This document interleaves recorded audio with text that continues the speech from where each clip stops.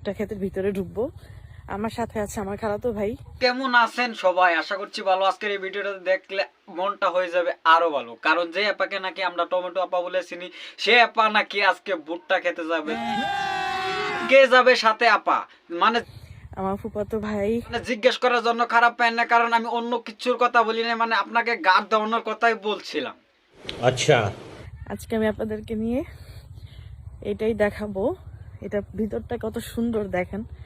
আমি জানি আপনারা অনেকেই দেখছেন, অনেক আপা আমরা সবাই জানি ভুট্টা ক্ষেত খুবই সুন্দর হয়, কিন্তু একটা কথা, আপনার মতো ব্লগাররা যদি ব্লগ বানায় হয়তো নোংরা হয়ে যেতে পারে। কিসের জন্য বলছি, আপনি যদি মোবাইলে অ্যাঙ্গেলটা এইরকম করে বেঁকা করে ধরেন। ঠিক বলেছো। লুকাবো, খেলবো আর কি। মানে কইবেন ঠিক আছে, খেলবেন মানে না আপা, আপনাকে তো খেলতে দেওয়া যাবে না। আপনি মনে চাইলে আপনি অন্য অন্য ক্ষেত আছে ওইসব খেতে গিয়ে খেলতে পারেন, যেমন নাকি পাট ক্ষেত নিঃসন্দেহে খেলতে পারেন। কিন্তু নিঃসন্দেহে তুই ঠিক কথা বলেছিস। আপনারা শেষ পর্যন্ত দেখবেন যে কি হয়। ঠিক আছে, এখন হচ্ছে এটার ভিতরে ঢুকে পড়বো, মানে ঢুকে ভিতরে বসে যাবো। অবশেষে আপা আপনি ভুট্টা খেতে ঢুকে বলেন যাই করেন আপা, ভুট্টা খেতে কিন্তু ইজ্জত মাইরেন না। রেডি, 1 2, সাথে আছেন তো?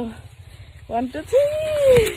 আমরা আপনার সাথে থেকে কি করব? আপনার খালাতো ভাই আর কি জানি ফুফাতো ভাই, ওরা সাথে থাকলেই হবে, আমরা শুধু দেখব।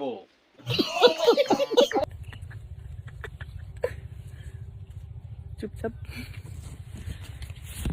আপা আপনি কাকে সাথে নিয়ে গেছেন? ওরা তো আপনাকে ধরা ফেলাবে, চুপ করে শুয়ে থাকতে বলেন।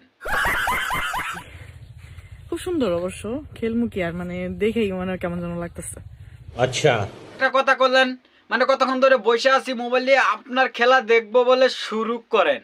খুশি, ইতনি খুশি মুঝে।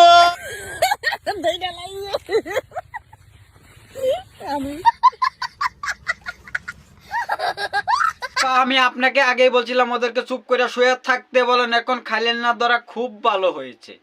ঠিক বলেছো। কেমন লাগলো সবাই জানাবেন অবশ্যই। আমার কাছে খুবই একটা ভালো লাগছে না, কারণ কতক্ষণ ধরে বসে আছিলাম আপনার খেলা দেখবো বলে, আপনি তো আগেই ধরা খাইলেন।